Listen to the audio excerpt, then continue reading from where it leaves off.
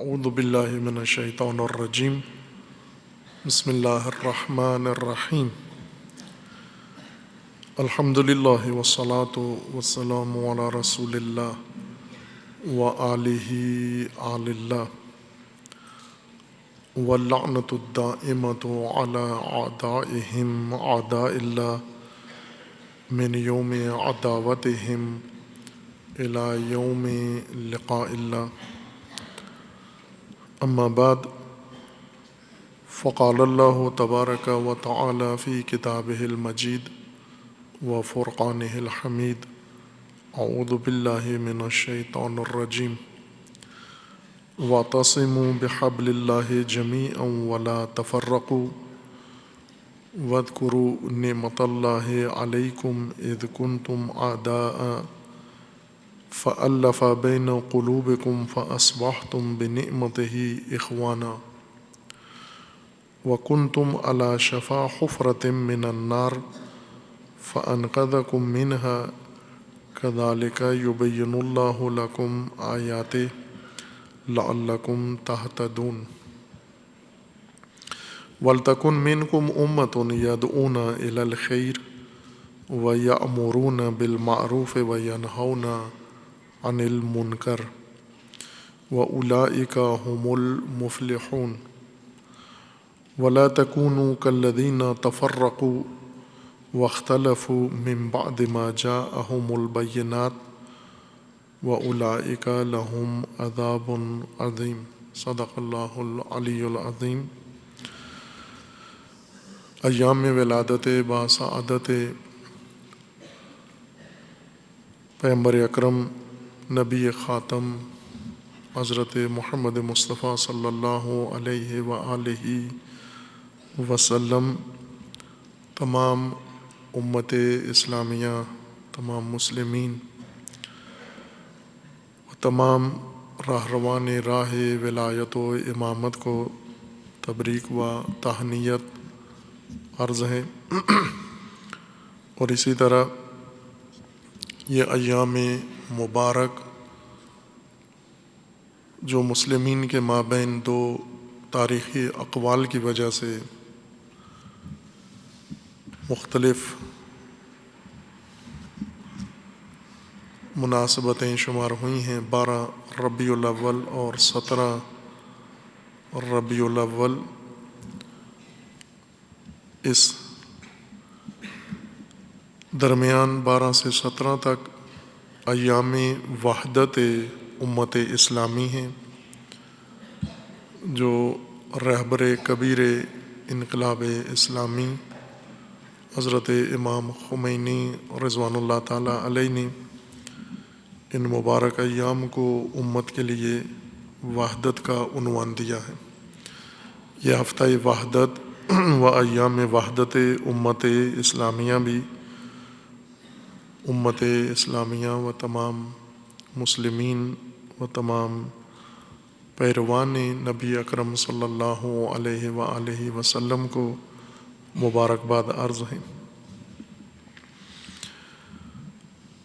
اس وقت تمام عالم میں جہاں مسلمین اور مسلمین سے تعلق رکھنے والا کوئی فرقہ اور سلسلہ موجود ہے، ان ایام مبارکہ و ایام مسعودہ میں جشن و سرور و محفل حمد و ثنا اور محفل نعت و منقبت میں مصروف ہیں،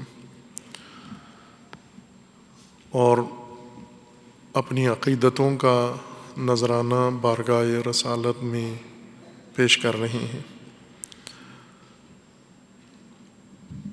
یہ ایام اور یہ حالات جو اس وقت امت اسلامیہ کے اوپر جاری ہیں، ان کے اندر امت اسلامیہ کو تمام تر ناگواریوں کے باوجود ایام ولادت باسعادت نبی اکرم صلی اللہ علیہ وآلہ وسلم کو باشکوہ اور احتشام و اہتمام کے ساتھ برپا کرنا بہت ہی اہم ہے۔ ہر چند یہ کوششیں ہوئی ہیں شبہات کے ذریعے، تاویلات کے ذریعے اور مختلف حربوں کی مدد سے کہ مسلمین کے دلوں سے یہ مودت، عقیدت اور یہ جذبہ اور والہانہ عشق و محبت کم کی جائے رسول اللہ صلی اللہ علیہ وآلہ وسلم کی نسبت، اور ہر وہ چیز جو رسول اللہ سے تعلق رکھتی ہیں۔ لیکن ایسے نہیں ہوا، بلکہ برعکس ہر روز سے بہتر و بڑھ کر یہ جذبہ مسلمین کے اندر زندہ تر ہو رہا ہے۔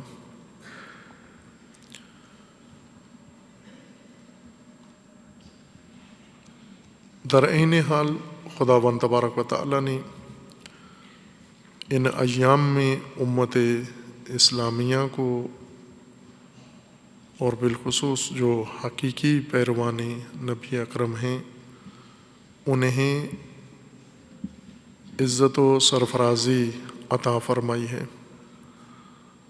شدید ترین ناگواریوں کے اندر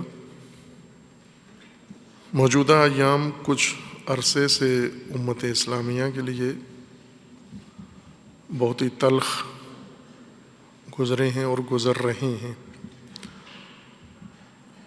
امت محمدی صلی اللہ علیہ وآلہ وسلم میں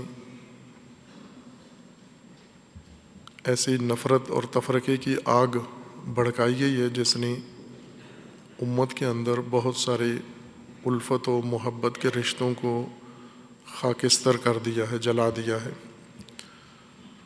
اور اس میں متاسفانہ سب سے زیادہ کردار ایسے نام نہاد مسلمانوں کا، مسلمان سربراہوں کا اور مسلمان حکومتوں کا ہے، بالخصوص عرب خطے کی حکومتیں، جنہوں نے امت محمدی کو اس زمانے میں، ان آخری صدی میں بالخصوص ہر طرح سے تقسیم کیا ہے، ہر طرح سے نقصان پہنچایا ہے، اور ہر پہلو سے کاری ضرب پیکر امت پر وارد کی ہے۔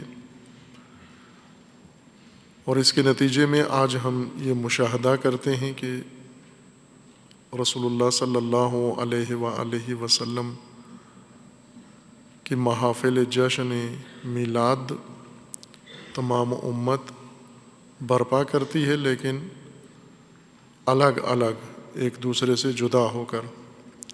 ایک ہی محلے کے اندر کئی جشن برپا ہیں اور ایک دوسرے کے محفل میں شریک نہیں ہو سکتے، ماحول نہیں ہے شریک ہونے کا اور شعور نہیں ہے، الگ الگ طریقے سے جشن میلاد برپا کرتے ہیں۔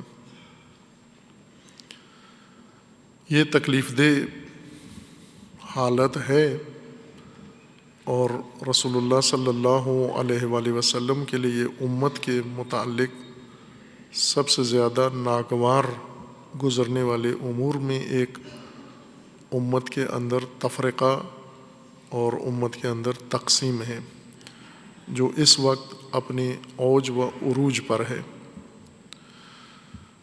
اگرچہ تفرقہ انداز عناصر ہر دور میں اور ہر زمانے میں رہے ہیں، جنہوں نے بعض اوقات عمدن اور بعض اوقات غفلتاً نادانی سے یہ جرم انجام دیا ہے امت کے اندر تفرقہ بازی کا، اور دشمنان دین نے، دشمنان رسول اللہ نے، دشمنان اسلام نے، جو کم نہیں ہیں، فراوان ہیں اس زمین کے اوپر آباد جمعیتوں میں، انہوں نے مسلمانوں کی اس کمزوری سے بھرپور فائدہ اٹھایا ہے۔ اتنا فائدہ اٹھایا ہے کہ ہر چند بے روح نظام مسلمانوں کا اور حکومت اور تسلط دنیا میں اسے بھی نابود کر دیا ہے، اور مسلمانوں کو چھوٹے چھوٹے ٹکڑوں میں، ملکوں میں پارٹیوں میں، تنظیموں میں، حزبوں میں، فرقوں میں، سلسلوں میں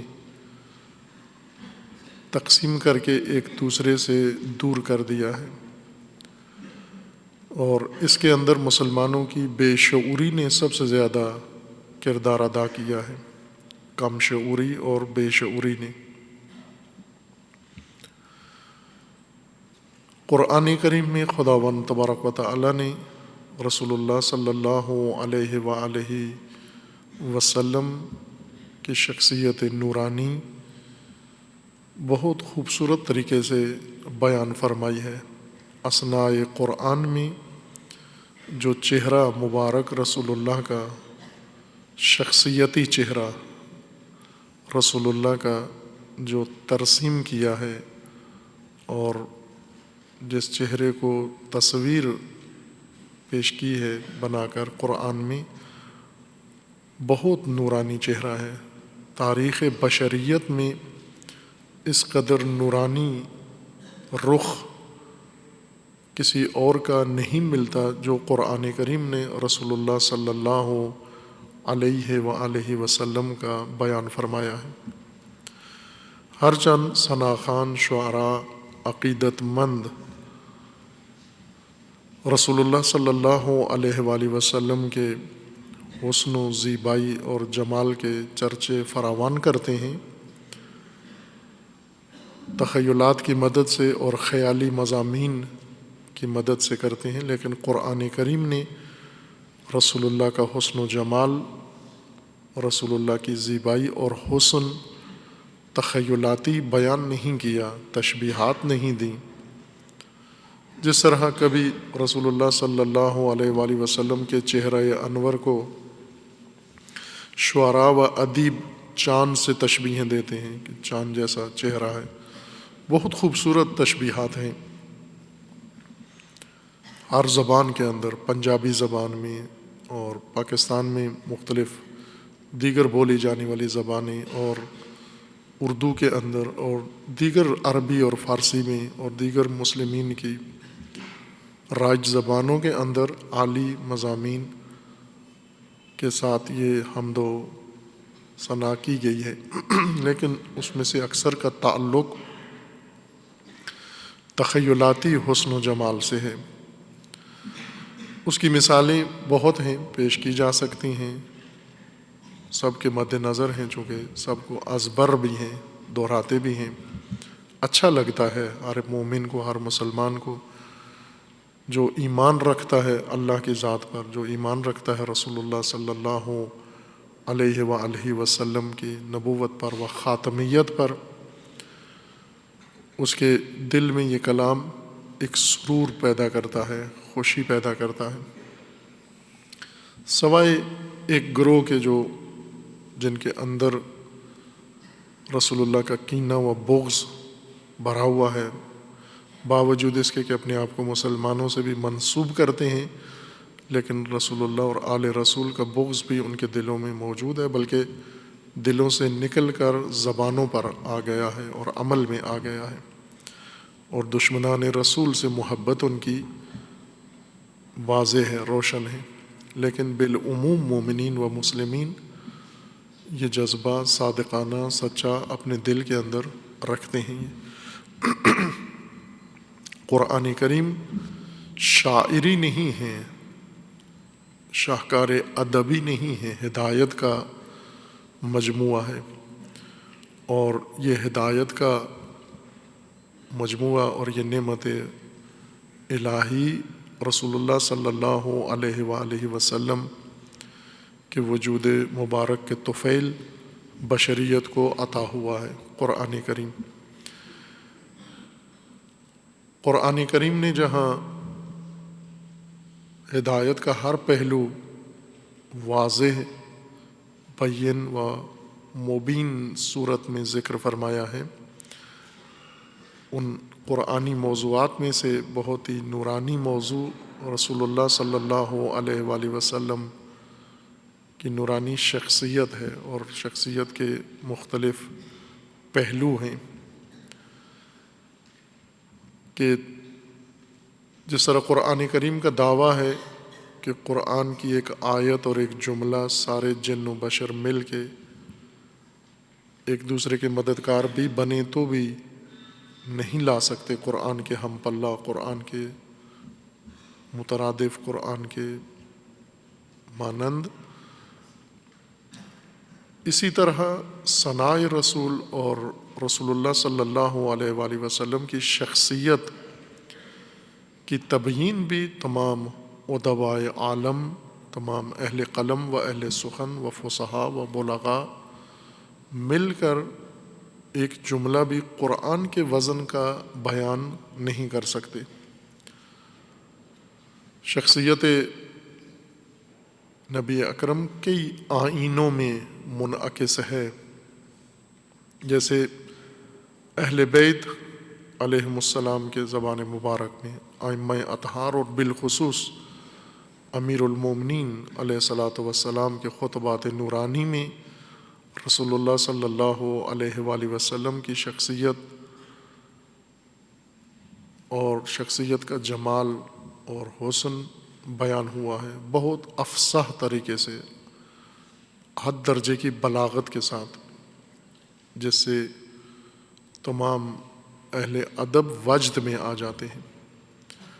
لیکن اس کے باوجود قرآن کے ساتھ فاصلہ محفوظ ہے کہ جو ہستی قرآن کریم نے رسول اللہ صلی اللہ علیہ وآلہ وسلم کی پیش کی ہے، اور جو حسن و جمال رسول اللہ کی ذات کا، رسول اللہ کے وجود مبارک کا قرآن کریم نے ذکر فرمایا ہے، اس کی انفرادیت ہمیشہ باقی ہے۔ ہم نہیں کہہ سکتے کہ وہ قرآن کے ہم پلہ ہیں، باقی جو کچھ منابع موجود ہیں۔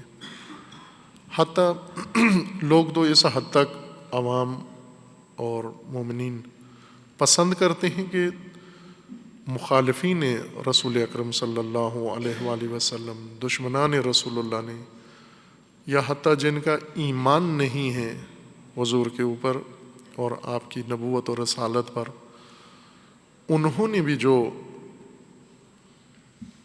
ایسے تعریفی جملات شخصیت رسول اللہ میں بیان فرمائے ہیں، انہیں بھی بہت پسند کرتے ہیں اور اچھے ہیں وہ جملے۔ لیکن ظاہر ہے کہ وہ آئینہ بھی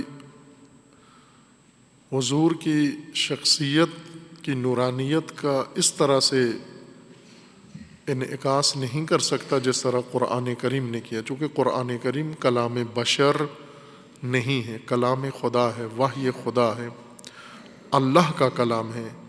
اور اللہ تعالیٰ نے جب رسول اللہ کی ہستی کو ذکر فرمایا ہے تو یہاں تصور بھی نہیں لا سکتے کہ ہم قرآن کے مقابل یا قرآن کے علاوہ بھی کوئی منبع ہو سکتا ہے جو قرآن کی مانند ہو، چونکہ یہ وحی ہے، باقی وحی خدا نہیں ہے۔ علم ہے، معرفت ہے، عرفان ہے، رسول اللہ کی بارگاہ میں بہت کچھ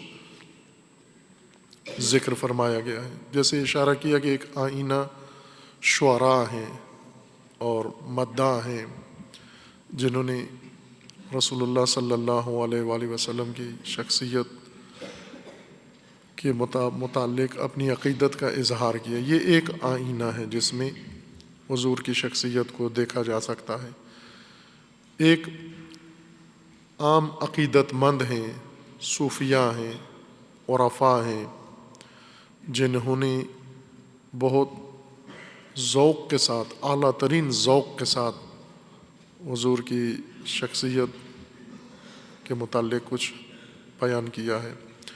اور پھر علماء ہیں، محققین ہیں تاریخ بھر میں، اور اسی طرح صحابہ ہیں، صحابہ کرام نے رسول اللہ صلی اللہ علیہ وآلہ وسلم کی بارگاہ میں جو کچھ اظہار کیا ہے اور سمجھا ہے وہ بھی ایک آئینہ ہے۔ اور اہل بیت علیہم السلام ہیں، جو کچھ اہل بیت کے نورانی کلام میں شخصیت رسول اکرم منعکس ہے وہ ایک الگ آئینہ ہے۔ لیکن ان تمام کے اوپر حاوی قرآن کریم ہے، مہیمن کتاب اللہ کی، جس کا احاطہ تمام آسمانی کتابوں پر بھی ہے اور تمام بشری علوم پر اور معرفت پر ہے۔ اور یہ شخصیت رسول اللہ صلی اللہ علیہ وآلہ وسلم کی امت کے سامنے پیش کی گئی ہے، عام بشریت کے سامنے، چونکہ قرآن ہدن للناس ہے، قرآن میں سب ہدایت ہے۔ رسول اللہ کا تذکرہ بھی ہدایت ہی کا حصہ ہے، اس کے اندر ہدایت ہے۔ ہمیں قرآن کریم کے متعلق ہمیشہ شعوری طور پر یہ احساس رکھنا چاہیے، جب بھی قرآن کی بارگاہ میں جائیں، محضر قرآن میں حاضر ہوں، تو ہمیں ہدایت کے منبع کے ذہنیت سے اور نیت سے قرآن کی طرف رجوع کرنا چاہیے۔ اور جب بھی ہمارے ذہنوں سے ہدایت، قرآن کے ہدایت ہونے کا تصور کم ہو جائے یا ماند پڑ جائے اور اس کے بجائے دوسرا کوئی تصور حاوی ہو جائے، تو یقین جان لیں کہ ہم محروم رہ جائیں گے، قرآن کے معارف سے، پاکیزہ کلام سے محروم رہ جائیں گے۔ جس طرح سے کہ کرتے ہیں، قرآن کی طرف رجوع کثرت سے ہوتا ہے، لیکن ہدایت کے لیے نہیں ہوتا، کسی اور مقصود کے لیے ہوتا ہے، ثواب کے لیے ہوتا ہے، استخارے کے لیے ہوتا ہے، فال کے لیے ہوتا ہے، اور متعدد دیگر نیتوں کے ساتھ، محرکات کے ساتھ رجوع ہوتا ہے۔ ہدایت کی غرض سے ہم ہمیشہ قرآن کی محضر و بارگاہ میں رہیں کہ یہ منبع ہے ہدایت کا، ذالک الکتاب لا ریب فیہ ھدی للمتقین۔ بے صورت متقی حاضر ہوں، با تقوی ہو کر قرآن کی بارگاہ میں حاضر ہوں، ورنہ قرآن انسان کو اپنا نامحرم سمجھتا ہے۔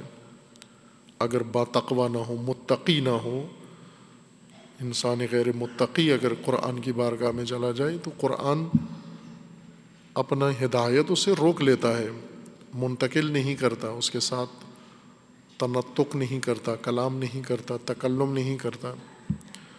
اور قرآن ہی کی آیات ہیں کہ بعض تو اتنے نامحرم ہیں کہ جب قرآن کی آیت ان کے سامنے پیش کی جاتی ہے، ان کے آلودہ و پلید دلوں میں اور ذہنوں میں پلیدی و گمراہی بڑھ جاتی ہے، اسی آیت کے سننے سے اور اسی آیت کے مشاہدے سے مزید گمراہی بڑھ جاتی ہے۔ کتنے لوگ ہیں کہ ظالمانہ ترین گمراہیوں کو قرآن کی آیات کے شواہد کے ساتھ پیش کرتے ہیں، شرک قرآن کی آیات کے ساتھ پیش کرتے ہیں۔ قرآن جو شرک کی نفی کرتا ہے، شرک کی تائید میں قرآن پیش کرتے ہیں۔ یہ وہی قرآن کا دعویٰ ہے کہ آلودہ دلوں میں، جب پلید دلوں میں اور ذہنوں میں آیت قرآن جاتی ہے تو مزید اس کی گمراہی میں اضافہ ہو جاتا ہے۔ اس لیے متقی ہونا لازم ہے، با تقوی ہو کر قرآن کی بارگاہ میں جانا لازم ہے۔ ہر ذکر قرآن کا ہدایت ہے، اور خصوصیت کے ساتھ ذکر نبی اکرم صلی اللہ علیہ وآلہ وسلم بھی ہدایت ہی کا حصہ ہے، بلکہ ہم یوں کہیں کہ ہدایت کے باب کی تکمیل ہے شخصیت نبی اکرم صلی اللہ علیہ وآلہ وسلم جو قرآن میں پیش ہوئی ہے۔ اس لیے اس موضوع کو سمجھنا لازمی ہے امت اسلامیہ کے لیے۔ ہمیں جو فاصلہ نظر آتا ہے، اگر ہم واقعاً رسول اللہ صلی اللہ علیہ وآلہ وسلم کی نورانی شخصیت قرآن میں دیکھیں، جمال، قرآنی جمال رسول اللہ کا قرآن میں مشاہدہ کریں اور پھر اپنی حالت دیکھیں تو بہت فاصلہ نظر آتا ہے ہم میں، مسلمانوں میں، رسول اللہ کے پیروکاروں میں اور رسول اللہ کی ذات میں بہت فاصلہ۔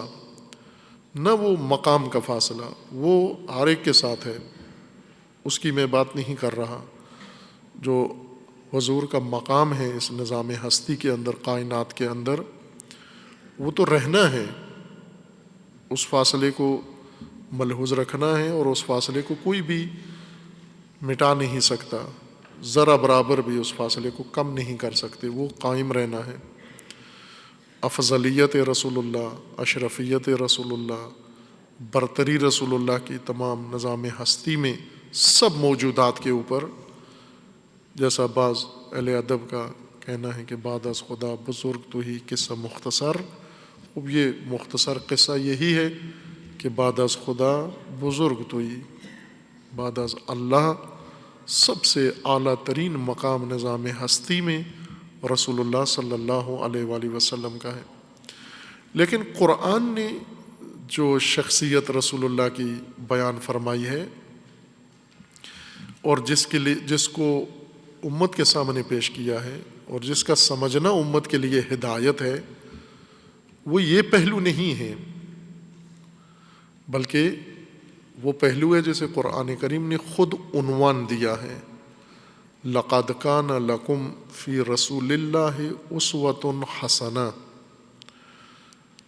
قرآن خود دعوت دے رہا ہے تمام بشریت کو کہ تمہارے لیے رسول اللہ صلی اللہ علیہ وآلہ وسلم کی ذات شخصیت میں اسوہ ہے.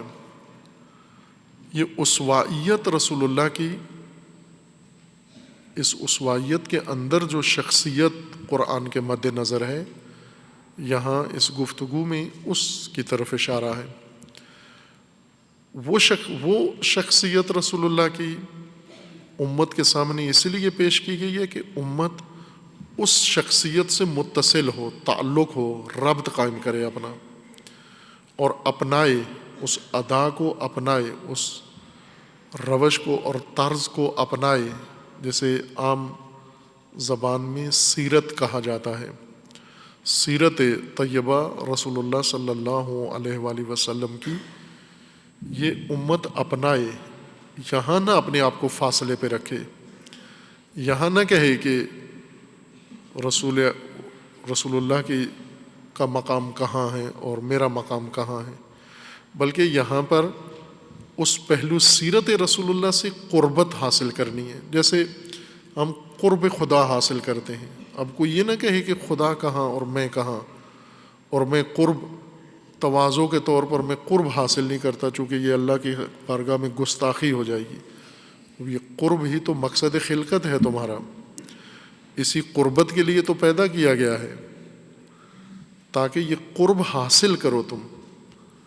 اس سے شان خداوندی میں گستاخی نہیں ہوتی بلکہ اطاعت ہوتی ہے، بلکہ بندگی اسی کو کہتے ہیں، عبدیت اسی کو کہتے ہیں، عبودیت اسی کو کہتے ہیں، اتباع و فرمان بری اسی کو کہتے ہیں کہ یہ قرب حاصل کریں آپ. لہٰذا آپ اپنی عبادتوں میں یہ شعوری طور پر اپنے آپ کو تلقین کرتے ہیں کہ میں یہ عبادت بندگی قربتاً الی اللہ کر رہا ہوں، تقرباً الی اللہ کر رہا ہوں.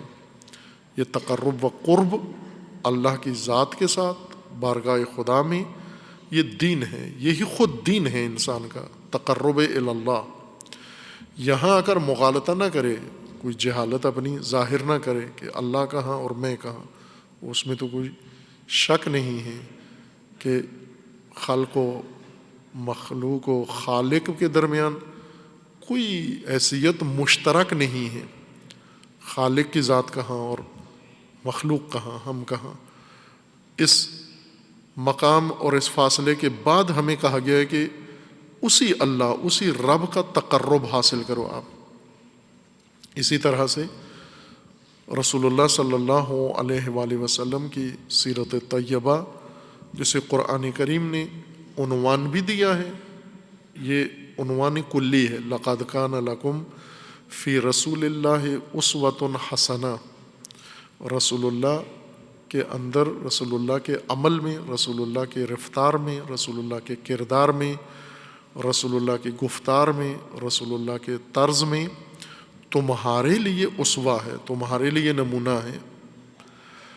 یہاں پر ہمیں دعوت دی گئی ہے کہ آپ نے قریب ہونا ہے رسول اللہ کے، تقرب حاصل کرنا ہے رسول اللہ کا، نزدیکی حاصل کرنی ہے رسول اللہ کی.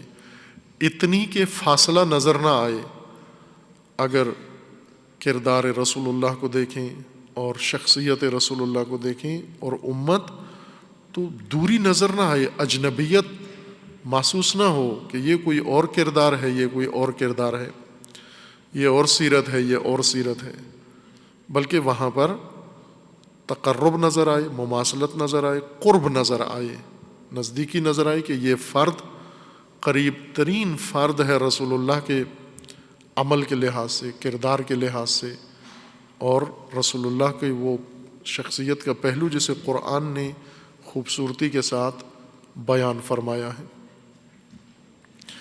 آج ہم دیکھتے ہیں کہ بہت فاصلہ ہے رسول اللہ کی ہستی میں، ذات میں، اور امت کے رویوں میں، یا یوں کہہ لیں رسول اللہ کے رویے میں اور امت کے رویے میں بہت فاصلہ ہے، بہت فاصلہ ہے، نوری سالوں کا فاصلہ ہے۔ ہم یہ نہ کہ میلوں فاصلہ ہے، کلومیٹر کا فاصلہ ہے، کوسوں فاصلہ ہے، نہ، فرسخوں میں یہ فاصلہ نہیں ناپا جا سکتا، نوری سالوں کا فاصلہ ہے جو امت کے رویے میں اور رسول اللہ کے رویے میں ہے۔ قرآن کریم نے رسول اللہ کے رویے تفصیل سے بیان فرمائے ہیں، اور یہی جمالیاتی پہلو ہے رسول اللہ کی ہستی کا۔ ہم عموماً جس طرح قرآن کریم نے حضرت یوسف کے حسن و جمال کا ذکر کیا ہے، اور ہم حضرت یوسف کی جلد میں وہ جستجو کرتے ہیں، وہ حسن و جمال، حسن یوسف کی چمڑی میں ہے گویا، یہ تو حسن نہیں ہے۔ اس حسن کو قرآن اتنا ابھارے اور اتنا اس کو پیش کرے لوگوں کے سامنے، اور نہ وہ پہلو مد نظر ہے قرآن کریم کے۔ یہ حسن جو حضرت یوسف میں ہے، حضرت یوسف کی سیرت کا حسن ہے، شخصیت کا حسن ہے، رویے کا حسن ہے، کہ بارہا اشارہ کیا ہے مختلف مناسبتوں میں کہ حضرت یوسف بچپن سے آخری عمر تک لوگوں کے اندر زندہ رہے، پہلے اپنے آبائی علاقے میں کنعان میں، اور پھر اس کے بعد مصر میں۔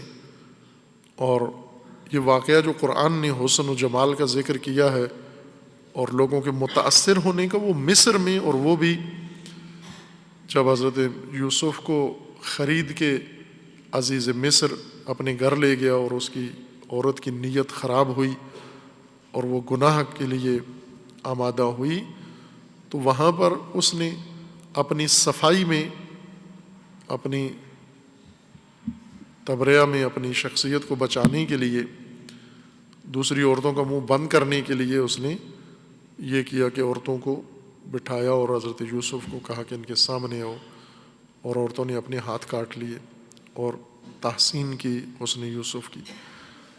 یعنی پہلی دفعہ یوسف ملائے عام میں آئے ہیں، لوگوں میں آئے ہیں، پہلی دفعہ عام افراد نے یوسف کو دیکھا، اس سے پہلے پردوں میں تھے، اس سے پہلے پنہان تھے، آج تک یوسف کے اوپر کسی کی نگاہ نہیں پڑی، ورنہ دیواروں سے ٹکرے مارتے لوگ۔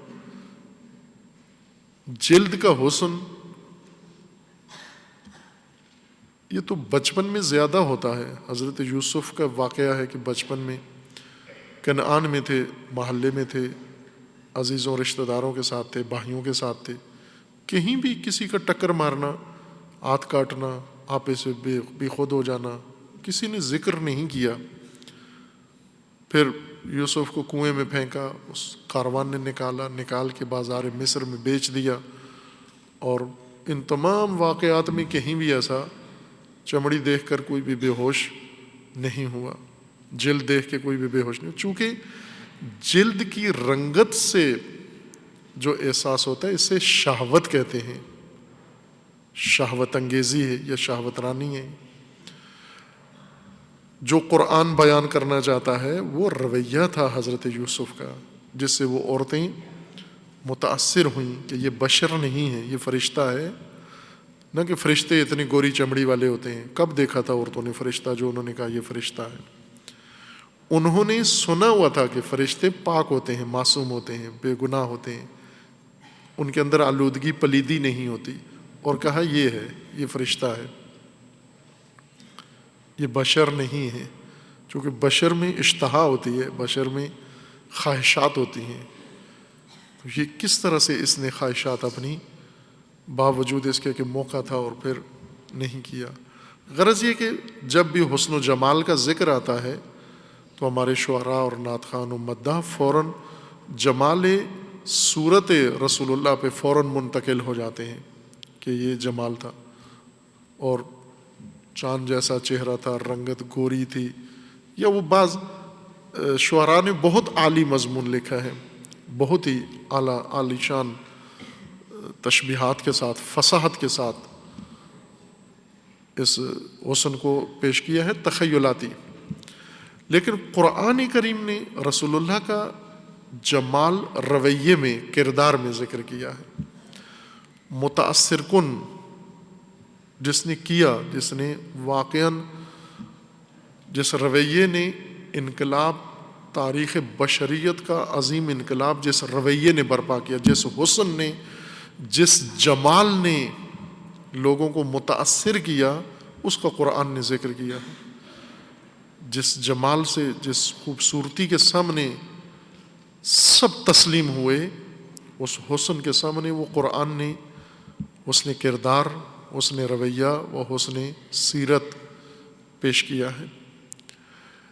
یہ کردار، یہ حسن و جمال، یہ امت کے اندر منتقل ہونا چاہیے، کہ اس لیے یہ دعوت دی گئی ہے لَقَدْ كَانَ لَكُمْ فِي رَسُولِ اللَّهِ أُسْوَةٌ حَسَنَةٌ، تاکہ یہ اسوہ ہے، اس اسوے کا جمال، اس کی زیبائی تمہارے اندر، لکم، لَقَدْ كَانَ لَكُمْ، تمہارے لیے، مومنوں کے لیے، پیروکاروں کے لیے، عام افراد کے لیے اسوہ ہے اس ہستی کے اندر، اس زیبا شخصیت کے اندر، اس جمیل ہستی کے اندر، تمہارے لیے، لکم،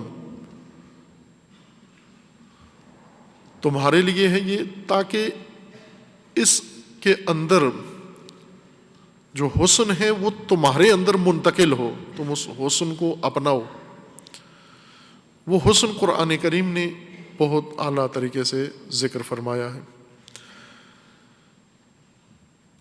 اس حسن کی ایک مصداق یا ایک مثال یا آیہ کریمہ جو ابھی آپ کی خدمت میں عرض کی ہے، سورہ مبارکہ آل عمران، 3 آیات جو پیش کی ہیں، اسی حسن کا ایک نمونہ ہے، اور وہی آج چاہیے ہمیں۔ یہ آیت رسول اللہ کے بغیر معاشرے کی حالت بیان کر رہی ہے، پھر اس میں رسول اللہ کی جلوہ گری ذکر کر رہی ہے، اور پھر جلوہ نورانی رسول کے بعد اس معاشرے کی شکل بیان کر رہی ہے یہ آیت۔ یہ معاشرہ رسول اللہ کے بغیر کیسا تھا،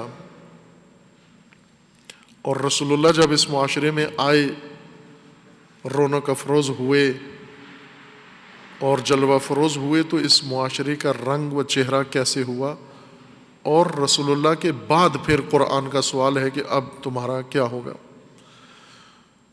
وہ یہ ہے کہ وَاعْتَصِمُوا بِحَبْلِ اللَّهِ جَمِيعًا وَلَا تَفَرَّقُوا، یہ حکم ہے مومنین کو، تمام مومنین کو، تمام پیروان قرآن کو، وَاعْتَصِمُوا، آپ تمسک کرو اللہ کی رسی سے، حبل اللہ سے، اور جمیعاً تمسک کرو، باہم تمسک کرو، مجموعاً نہیں، جمیعاً۔ یہ اس ضمن میں ہمارے استاد بزرگوار حضرت آیت اللہ العظمیٰ جوادی آمولی دامہ ظل العالی کا بہت خوبصورت عرشی بیان ہے۔ وَاعْتَصِمُوا بِحَبْلِ اللَّهِ جَمِيعًا، کہ اللہ کی رسی کو تھام لو اور جمیعاً تھامو، جمیعاً شرط ہے اس کے لیے، اعتصام جمیعاً ہو، مقید بے جمیعاً ہے۔ جمی اس صورت میں ہوتا ہے کہ جب سب کے سب مل کر باہم، جمی کا لفظ جم اس وقت بولا جاتا ہے کہ جب سارے اکٹھے ہو کر، باہم مل کر ایک ساتھ ایک حرکت کریں، تو اس کے اوپر اس حالت پر جمی کا عنوان لاگو ہوتا ہے، فٹ آتا ہے۔ یہ بھی ہو سکتا ہے کہ ایک آدمی یہی کام آج کرے، یہی کام کل کرے، دوسرا آدمی کل کرے، تیسرا آدمی آگے چل کے کرے، یہی کام ہر آدمی اپنے گھر میں کر رہا ہو۔ جیسے ہم بہت سارے کام ہیں الگ الگ سارے کر رہے ہیں، ایک جیسے مشابہ کام کر رہے ہیں. مثلا کھانا کھاتے ہیں سب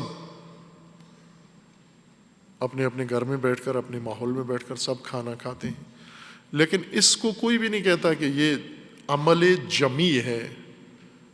یہ جمعیت نے جمیعاً انجام دیا ہے، بلکہ یہ عمل ہے جو سب نے انجام دیا ہے، لیکن جمیعاً انجام نہیں دیا ہے بلکہ منفرداً انجام دیا ہے، الگ الگ انجام دیا ہے، تنہا تنہا انجام دیا ہے. اگر تنہا، الگ الگ، علیحدہ سارے اس کو تکرار کر لیں، اس آیت پر عمل نہیں ہوا. مثلا اللہ کی رسی کو ہر ایک اپنی مسجد میں تھام لے، اپنی پارٹی میں تھام لے، اپنی جماعت میں تھام لے، اپنے فرقے میں تھام لے، اپنے گروہ میں تھام لے، بے شک تھام لے، اور اللہ ہی کی رسی ہو، جیسے قرآن کریم اللہ کی رسی ہے، تعلیمات دین اللہ کی رسی ہے. یہ دین ہر ایک علیحدہ علیحدہ سنبھال لے اور سارے دین پر عمل کر لے. وَاعْتَصِمُوا بِحَبْلِ اللَّهِ جَمِيعًا پر عمل نہیں ہوا. اعتصام کیا ہے لیکن جمیعاً چاہیے تھا، آپ نے جمیعاً نہیں کیا ہے بلکہ مجموعاً کیا ہے. یعنی جیسے کہا جاتا ہے کہ اب سارے، مثلا مجلس ختم ہوتی ہے، میں اس کی سادہ مثال دوں، جمیعاً اور منفرداً یا مجموعاً. جیسے مجالس عموماً ختم ہوتی ہیں تو اعلان کیا جاتا ہے کھانے کا، لنگر کا، کہ سب شرکائے محفل لنگر کھا لیں. خوب سب جا کے کھا لیتے ہیں. سب، یہ سب کہلاتا ہے. یہ سب پھر پوچھتے بھی ہیں سب نے کھا لیا؟ کہا جاتا ہے، انتظامیہ والے بتاتے ہیں سب نے کھا لیا ہے. یعنی اس مجموعے نے جا کے کھانا کھا لیا ہے، اس مجموعے نے نماز پڑھ لی ہے. مثلا اگر 1000 آدمی ہیں، وہ علیحدہ علیحدہ نماز پڑھ لیتے ہیں تو پوچھتے ہیں اس سے سب نے نماز پڑھ لی ہے؟ کہتے ہیں سب نے پڑھ لی ہے. یہاں سب کا لفظ استعمال کرتے ہیں ہم، سب نے پڑھ لی ہے. یہ سب جمیعاً نہیں ہے، یہ سب مجموعہ ہے. یعنی اس مجموعے نے یہ عمل انجام دے دیا ہے. کس طرح دیا ہے؟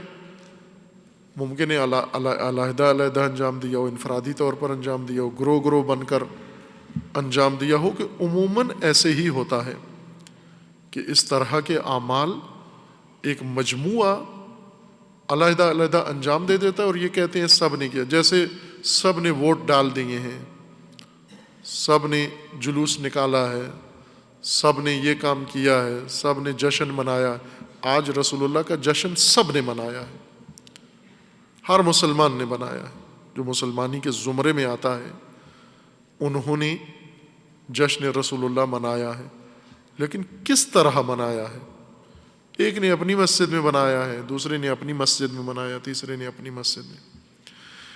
اس مجموعہ مسلمین نے یہ جشن منایا ہے لیکن جمیعاً نہیں منایا، جمیعاً نہیں کیا یہ کام.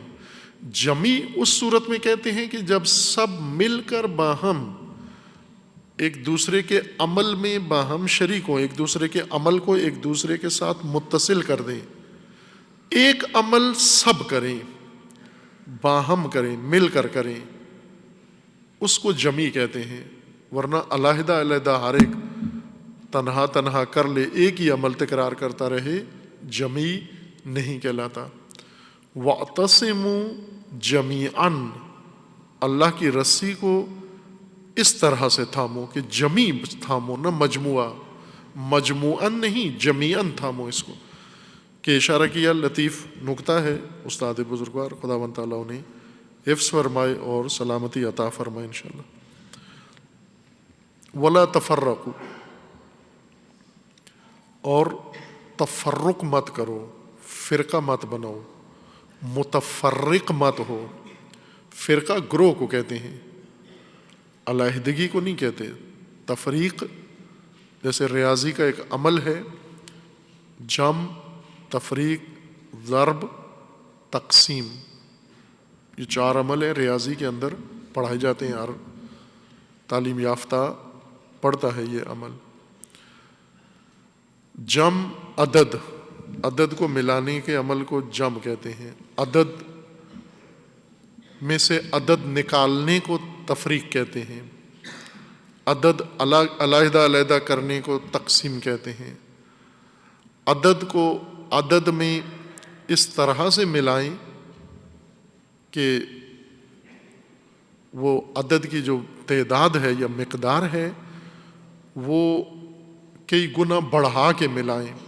مثلا 4 کو 4 میں ضرب کریں، 4 کو 10 میں ضرب کریں، 10 کو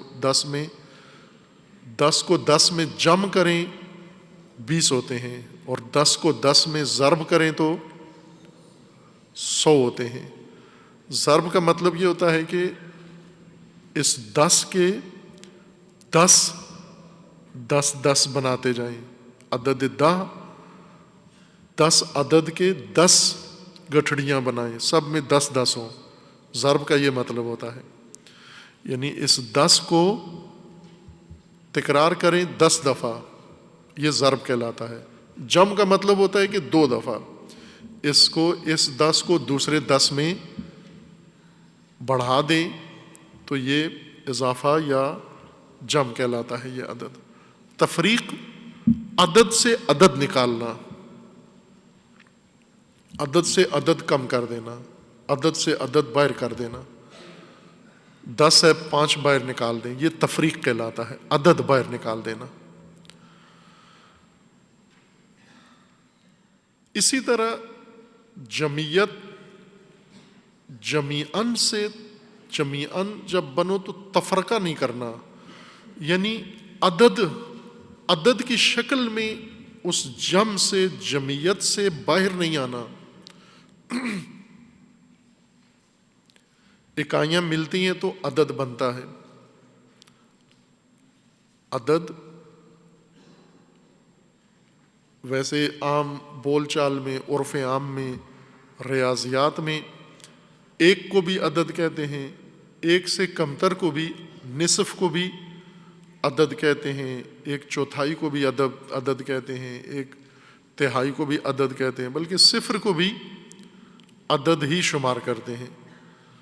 یہ عام عرفی میزان ہے، لیکن حقیقتاً علوم میں، علم کے اندر عدد 1 کو نہیں کہتے، ایک واحد عدد نہیں ہے۔ فلسفہ میں عدد واحد کو عدد نہیں کہتے، عدد 2 سے شروع ہوتا ہے، سب سے چھوٹا عدد 2 ہے، 2 سے نیچے عدد ختم ہو جاتا ہے، واحد رہ جاتا ہے پیچھے۔ عدد، پہلا عدد جو تشکیل پاتا ہے وہ 2 ہے، پھر اس کے بعد 2 سے اوپر کوئی حد نہیں ہے، عدد کتنا ہو سکتا ہے اس کی کوئی حد نہیں ہے۔ یہ عدد کم کرنا تفریق کہلاتا ہے۔ ولا تفرقوا، آپ گروہ بن کر، مجموعہ بن کر مت نکلو جمعیت سے۔ جم سے جمیعاً پہلے ہو، اپنی حالت جمیعاً بناؤ، اعتصام جمعی کرو، اور پھر اس میں سے تفرقہ نہیں کرنا، گروہ نہیں بنانا، ٹولہ نہیں بنانا۔ اس طرح سے اپنا الگ ایک تشخص بنا کر دوسرے مسلمانوں سے علیحدہ ہو کر نہیں بنانا، بلکہ حبل اللہ سے، انہی آیات، یہی آیات ہیں جن سے بے دینی کی ترویج کی جاتی ہے، سیکولرزم کی ترویج کی جاتی ہے۔ چونکہ ان آیات کو جب با تقوی نہ ہو انسان، بے تقوی آیات فروشی کرتا ہے، اس لیے قرآن نے بے تقوی لوگوں کو مذمت کی ہے کہ لا تشتروا بآیاتی ثمنا قلیلا۔ اللہ کا فرمان ہے کہ میری آیات بیچو مت، کاروبار مت کرو، لا تشترو، خرید و فروخت نہ کرو میری آیات کی۔ مثلا جس نے گروہ بنایا ہے وہ بھی یہی آیت پڑھتا ہے، وَاعْتَصِمُوا بِحَبْلِ اللَّهِ جَمِيعًا وَلَا تَفَرَّقُوا۔ جس نے تفرقہ کیا ہے، گروہ بنایا ہے، اس نے یہ آیت پڑھنی ہے. جو حبل کو چھوڑ چکا ہے، حبل اللہ سے دور ہے، حبل طاغوت سے اویزاں ہیں، وہ بھی یہی آیت لکھتا ہے اپنے منشور کے اندر، وَاعْتَصِمُوا بِحَبْلِ اللَّهِ جَمِيعًا وَلَا تَفَرَّقُوا. نہ حبل ہے نہ اللہ کی حبل ہے، لیکن پڑھتا وَاعْتَصِمُوا بِحَبْلِ اللَّهِ پڑھتا ہے. یہ آیات کو ضائع کرنا یا آیات کے اوپر ایک ناانصافی ظلم ہے کہ آیات کے معانی کو نظر انداز کر کے ان آیات کو بے دینی کے اوپر فٹ کرنا. حبل، ہر تنظیم پارٹی کو حبل نہیں کہتے. وَاعْتَصِمُوا بِحَبْلِ اللَّهِ یعنی ہماری پارٹی میں آ جاؤ، وَاعْتَصِمُوا بِحَبْلِ اللَّهِ ہماری تنظیم میں آ جاؤ، وَاعْتَصِمُوا بِحَبْلِ اللَّهِ ہماری چھتری کے نیچے آ جاؤ. یہی بے جا اور بے دردی کا استعمال ہے آیات کریمہ کا. تم نے حبل خدا توڑ دیے، اللہ سے ناتا توڑ دیا، رشتہ توڑ دیا، اور طاغوت سے تم نے تمسک کر کے اب باقیوں کو دعوت دیتا ہے کہ قرآن کہہ رہے وَاعْتَصِمُوا بِحَبْلِ اللَّهِ. پہلا موضوع حبل اللہ ہے کہ یہ اللہ کی رسی، دین اللہ کی رسی ہے. دین کو جمیعاً اپناؤ، دین کے احکامات، دین کا نظام، دین کا پیغام، دین کا حکم، دین کا فرمان جمیعاً اپناؤ، جمیعاً سب. پھر اس جمعیت کو توڑو مت، تفرقہ مت ڈالو، فرقہ مت بناؤ، گروہ مت بناؤ، علیحدہ مت ہو. اس حبل کے ساتھ جو جمی تمسک ہوا ہے، حبل قائم رہے، تمسک اعتصام قائم رہے، جمیعاً بھی تمسک قائم رہے. اور لا تفرقو، پھر تفریق نہیں کرنی، کسی عدد کو باہر نہیں کرنا. یہ حکم ہے جو قرآن کریم رسول اللہ کے ذریعے سے مومنین کو بیان فرما رہا ہے. لیکن پہلے کیا تھا منظر جب رسول اللہ نہیں تھے اس جمعیت کے اندر اور اس معاشرے میں؟ یہ کیا تھے؟ وَاذْكُرُوا، اپنی تاریخ یاد کرو، تم اپنی حالت یاد کرو سابقہ، ابھی تم جس حالت پر ہو اس سے پہلے جو تمہاری حالت تھی. وَاذْكُرُوا نِعْمَتَ اللَّهِ عَلَيْكُمْ، اللہ کی نعمت کو یاد کرو. اذ کنتم اعداء، جب تم دشمن تھے، عدو تھے، دور تھے. عداوت دوری کو کہتے ہیں. عداوت کا لفظی مطلب، لغوی مطلب دوری ہوتا ہے. مار پیٹ کرنا عداوت نہیں کہلاتا، وہ دوری کے تقاضے ہیں. نقصان پہنچانا، حملے کرنا، لوٹ مار کرنا، یہ نہیں ہے عداوت. ہر ایک کا الگ عنوان ہے. عداوت، عدو یعنی دور، جو فاصلے پر ہو. عدو اس کو کہتے ہیں جو دور ہو. ولی جو قریب ہو، جو نزدیک ہو، جو جڑا ہوا ہو، جو متصل ہو. عدو اس کو کہتے ہیں جو دور ہو. تم دور تھے ایک دوسرے سے. ظاہر دوری کی صورت میں پھر ایک دوسرے کو نقصان بھی پہنچا رہے تھے، ایک دوسرے پہ حملے بھی کر رہے تھے، اور ایک دوسرے کو نابود کر رہے تھے، ایک دوسرے کو تباہ کر رہے تھے، ایک دوسرے کو فنار کر رہے تھے، ایک دوسرے کو ذلیل و رسوا کر رہے تھے، ایک دوسرے کا جینا حرام کیا ہوا تھا تم نے، ایک دوسرے کے ہاتھوں تم تنگی میں تھے، اذیتوں میں تھے. وَاذْكُرُوا اِذْ كُنْتُمْ أَعْدَاءَ، یاد کرو جب تم دشمن تھے، دور تھے ایک دوسرے سے، اور ایک دوسرے کو قبول نہیں کرتے تھے. نعمت کیا ہوئی؟ اس دشمنی اور دوری کے ایام تھے تمہارے، جس میں تمہاری نابودی تھی، ذلت تھی، رسوائی تھی. تو نعمت کیا ہوئی؟ نعمت یہ تھی کہ فَأَلَّفَ بَيْنَ قُلُوبِكُمْ، تمہارے دلوں میں الفت پیدا کی. اللہ نے تالیف قلوب کیا، جوڑ دیا، تمہارے دلوں کو ملا دیا آپس میں. دل ملا دیے، نہ جسم. جسموں کا ملنا الفت نہیں ہوتی. جسموں کا ملنا، جیسے امیر المومنین علیہ الصلوۃ والسلام نے اپنے خطبہ میں اپنی ہی سپاہ اور جمعیت کو بیان فرمایا کہ ایھا الناس المجتمعۃ ابدانہم، جن کے جسم ایک دوسرے کے قریب ہیں، جنہوں نے گھر قریب قریب بنائے ہوئے ہیں، جنہوں نے نماز ایک ساتھ کھڑے ہو کے پڑھی ہے، جنہوں نے باقی کوئی کام ایک ساتھ کر لیا ہے، تم مجتمعۃ الابدان ہو، دل تمہارے علیحدہ ہیں، المختلفۃ قلوبکم یا اہواؤکم، تمہارے دل دور تھے، تم ایک دوسرے سے علیحدہ تھے، اللہ نے تمہارے دلوں کے اندر الفت ڈالی ہے، تمہارے دلوں کے اندر تالیف قلوب کی ہے۔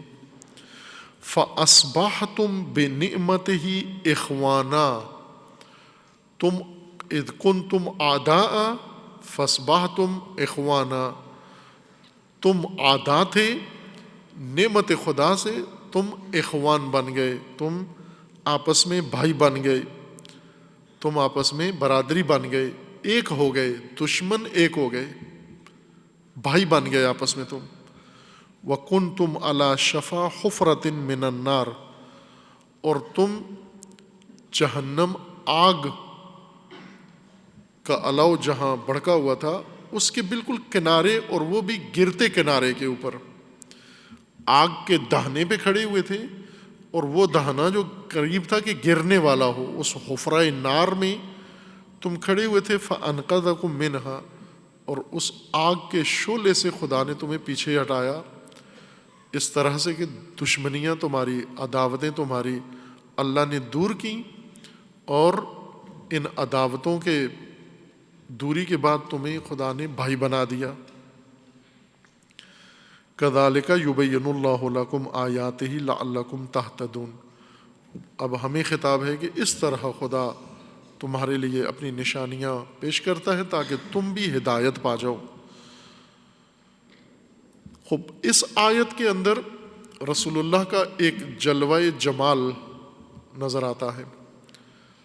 یہ معاشرہ جب رسول نہیں تھے تو اعداء تھا، عدو تھے، دور تھے، اور ایک دوسرے کے گریبان پہ ان کا ہاتھ تھا، ایک دوسرے کی حتاقی کرتے تھے، گستاخی کرتے تھے، تحمل و برداشت نہیں کرتے تھے۔ پھر رسول اللہ صلی اللہ علیہ وآلہ وسلم کا جلوہ ہوا ان کے درمیان میں۔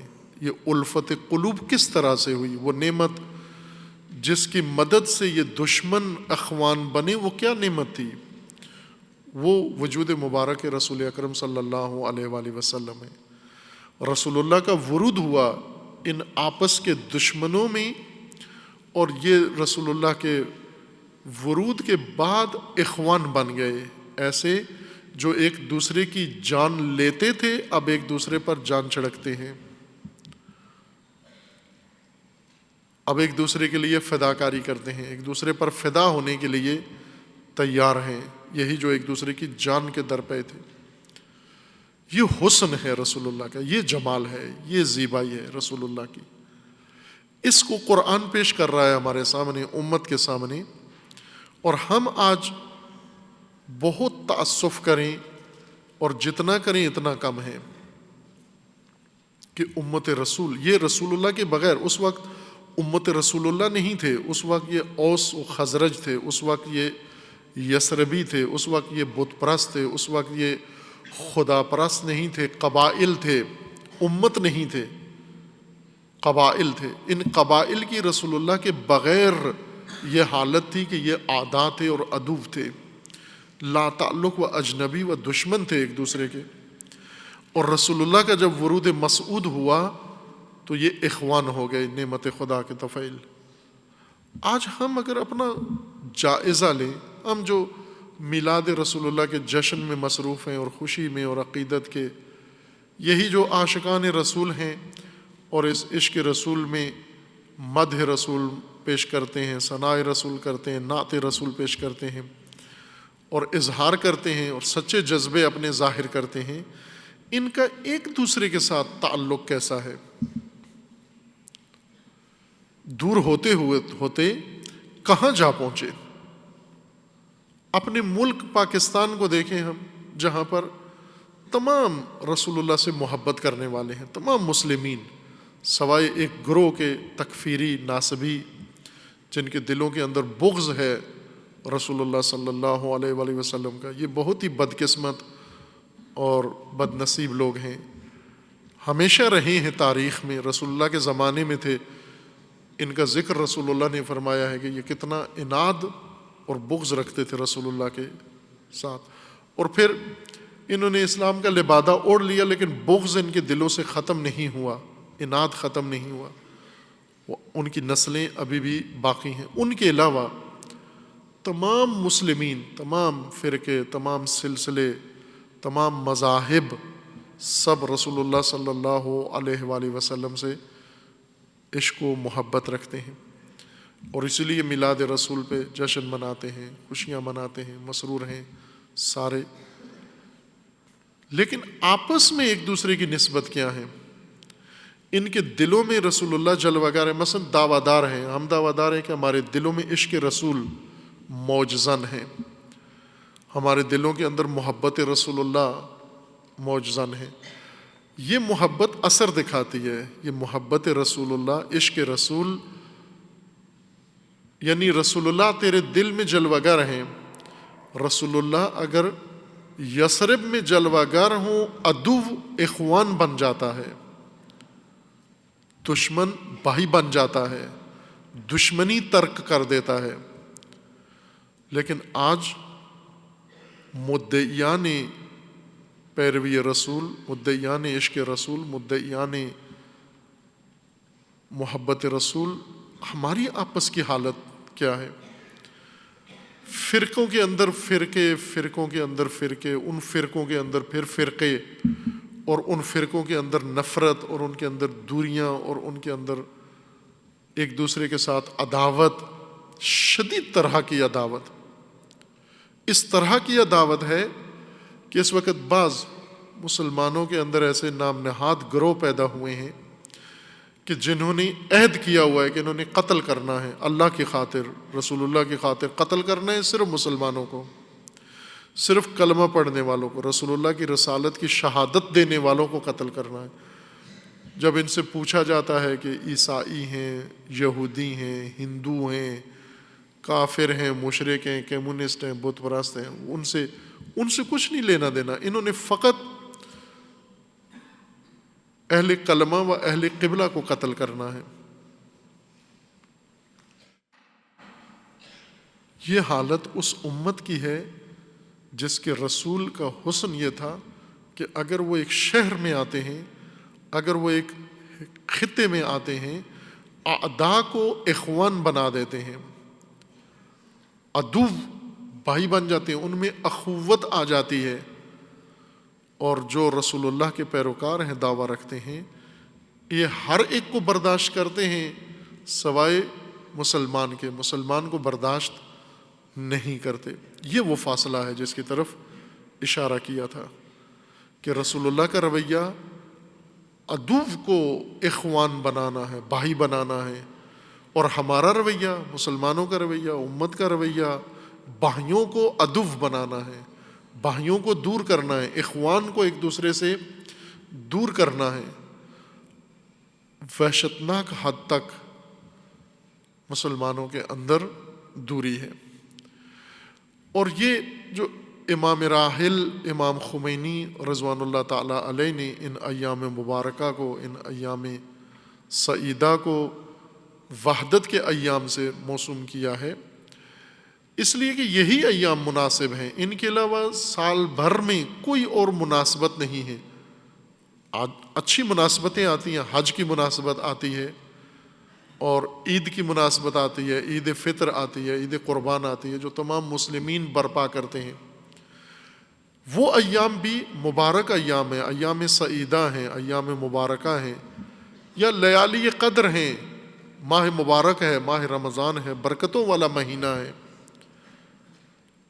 انہیں ایام وحدت کے طور پر اعلان نہیں کیا، اور میلاد رسول اکرم صلی اللہ علیہ وآلہ وسلم کو ایام وحدت کے لیے موضوع قرار دیا۔ کیوں؟ اس لیے کہ ماہ مبارک کے اندر بہت گنجائش ہے، صلاحیت ہے، ان ایام میں مومن کو بندگی کی معراج تک پہنچا سکتے ہیں۔ وہ ایام لیالی قدر گناہ کاروں کو توبہ کے مقام تک پہنچا سکتی ہیں۔ ایام عید معصیت کاروں کو خدا کا قرب عطا کر سکتے ہیں یہ ایام۔ ان ایام کے اندر فراوان اثر ہے، بہت اثر ہے، تاثیر ہے، لیکن وہ ایام جو دلوں کو ملا سکتے ہیں، دوریوں کو ختم کر کے اور قربتیں پیدا کر سکتے ہیں، نزدیکیاں پیدا کر سکتے ہیں، در حقیقت وہ کیمیا جس سے دل جڑتے ہیں،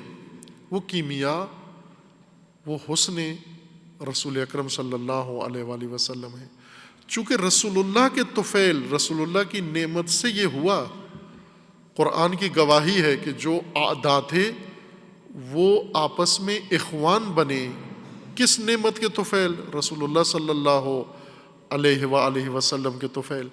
یہی نعمت ہے جو امت کو تالیف کر سکتی ہے، جو امت کے اندر الفت و محبت پیدا کر سکتی ہے۔ ہم اس نعمت کا دم بھرتے ہیں، ہم اس نعمت کا نام لیتے ہیں، لیکن آپس میں عداوتیں شدید ہیں۔ آپ دیکھ لیں فرقوں کے اندر عداوتیں، پہلے ایک دو بڑے تقسیم ہوئی، شیعہ سنی ہوئے، یہ شیعہ سنی دو علیحدہ ہوئے ایک دوسرے سے، علیحدہ ہو کر پھر ان میں دوریاں پیدا ہوئیں، پھر ان میں نفرتیں پیدا کی گئیں، پھر ان میں دشمنیاں پیدا کی گئیں، پھر دونوں کے اندر مزید یہاں اکتفا نہیں کیا گیا کہ شیعہ اور سنی کافی ہیں، بلکہ سنی کے اندر جمعیتیں بنی، سنیوں کے اندر فرقے بنے، مذاہب بنے، اور ان مذاہب میں دوریاں پیدا ہوئیں اور ان کے اندر دشمنیاں پیدا ہوئیں، اور پھر جو فرقے بنے، جس طرح پاکستان کی حد تک اگر ہم دیکھیں، پاکستان میں جو سنی فرقے بنے، ان فرقوں کے اندر فرقے بنے، دیوبندی بنے، بریلوی بنے، اہل حدیث بنے، فلاں بنے، خود ان کے اندر دھڑا بندی ہوئی، خود ان کے اندر تقسیم ہوئی۔ ایک زمانہ تھا دیوبندی بریلوی دیوبندی کو تحمل نہیں کرتے تھے، ابھی بریلوی کو تحمل کرنے کے لیے تیار نہیں ہے، دیوبندی کو تحمل کرنے کے لیے تیار نہیں ہے، شیعہ کو برداشت کرنے کے لیے تیار نہیں ہے، شیعہ کا وجود نابود کرنا چاہتا ہے۔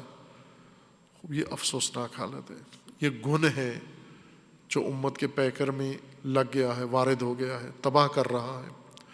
تفرقہ، اس لیے قرآن کی نہی ہے لا تفرقوا ولا تکونوا کالذین تفرقوا، دونوں زبانیں قرآن نے استعمال کی ہیں۔ لا تفرقوا، ہرگز تفرقہ مت کرو، اور یہ بھی فرمایا کہ ولا تکونوا کالذین تفرقوا، ان کی طرح بھی نہ ہو جاؤ جنہوں نے تفرقہ کیا ہے اور جو ایک دوسرے کے الگ ہوئے، تفریق کی ہے جنہوں نے۔ تفرقہ خود ہی خود نہیں ہوا، تفرقہ ڈالا گیا ہے اندر کی کمزوریوں سے، اور جیسے مریض کے اندر ضعف ہوتا ہے، کمزوری ہوتی ہے، اور باہر سے جراثیم حملہ ور ہوتے ہیں، اندر جسم کی کمزوری اور جراثیم کی طاقت، یہ دونوں جب اکٹھے ہوتے ہیں تو انسان کا پیکر جسم مریض ہو جاتا ہے۔ یہی حال امت کا ہے، امت کے اندر موجود کمزوری اور دشمنوں کی طاقت، یہ کمزوری اور طاقت جب ملتے ہیں تو پیکر امت تقسیم ہو جاتا ہے۔ تفرقہ باقاعدہ طور پر منصوبے کے تحت شعوری طور پر ڈالا گیا ہے، اور تفرقہ پذیری مسلمانوں کے اندر شدت کے ساتھ جاری ہے۔ تفرقہ فوراً قبول کرتے ہیں اور وحدت کے لیے آمادہ نہیں ہے، الفت کے لیے تیار نہیں ہے، رسول اللہ سے اپنا تعلق جوڑ کر بھی الفت کے لیے تیار نہیں ہے، اور یہیں سے نفاق آ جاتا ہے، منافقت آ جاتی ہے۔ چونکہ کچھ لوگ تھے، قرآن نے ان کا بھی ذکر کیا ہے، کچھ لوگ تھے جو رسول اللہ کی رسالت کی گواہی دیتے تھے رسول اللہ کے پاس آ کر، سورہ منافقون میں جن کا ذکر ہے، اذ جاءک المنافقون، جب منافقون آتے ہیں آپ کے پاس آ کر کہتے ہیں کہ ہم گواہی دیتے ہیں آپ اللہ کے رسول ہیں۔ اللہ تعالیٰ کا فرمانا ہے کہ اللہ کو علم ہے کہ آپ اللہ کے رسول ہیں، لیکن یہ جھوٹے ہیں، یہ منافق ہیں، یہ جھوٹ بول رہے ہیں، یہی بات کہتے ہوئے کہ آپ اللہ کے رسول ہیں، یہ جھوٹ بول رہے ہیں۔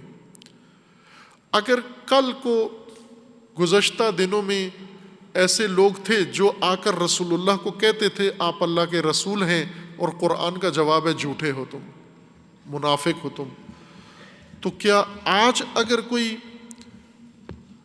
آ کر رسول اللہ کے سامنے یہی اظہارات کرے، آپ خاتم النبیین ہیں، آپ افضل بشر ہیں، افضل الخلق ہیں، رحمت للعالمین ہیں، تو اس میں اور اس میں کیا فرق رہ جائے گا؟ اگر انہیں قرآن نے جھٹلا دیا ہے، انہیں اللہ نے جھٹلا دیا ہے، اذا جاءک المنافقون قالوا نشہد انک لرسول اللہ، جب آپ کے پاس منافق آتے ہیں آ کر کہتے ہیں ہم گواہی دیتے ہیں آپ اللہ کے رسول ہیں، واللہ یعلم انک لرسولہ، اللہ کے علم میں ہے، اللہ جانتا ہے کہ آپ اللہ کے رسول ہیں، واللہ یشہد ان المنافقین لکاذبون، اور اللہ گواہی دیتا ہے کہ منافق جھوٹے ہیں.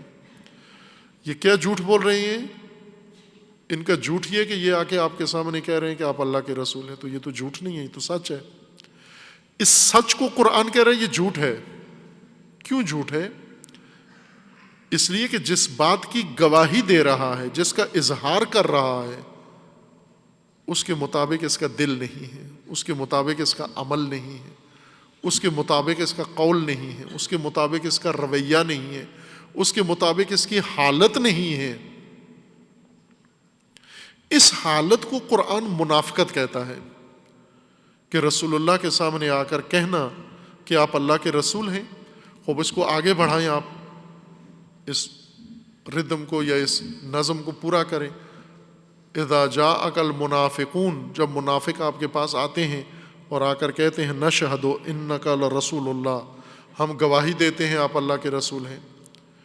جب منافق آپ کے پاس آتے ہیں آپ کر کہتے ہیں ہم گواہی دیتے ہیں آپ افضل البشر ہیں، ہم گواہی دیتے ہیں آپ رحمت للعالمین ہیں، ہم گواہی دیتے ہیں آپ خاتم الانبیاء ہیں، ہم گواہی دیتے ہیں آپ شافع محشر ہیں، ہم گواہی دیتے ہیں آپ یہ حسن و جمال رکھتے ہیں. خوب اگر یہ گواہیاں دیتے ہو تو تمہاری دوسروں کے ساتھ الفت کیوں نہیں؟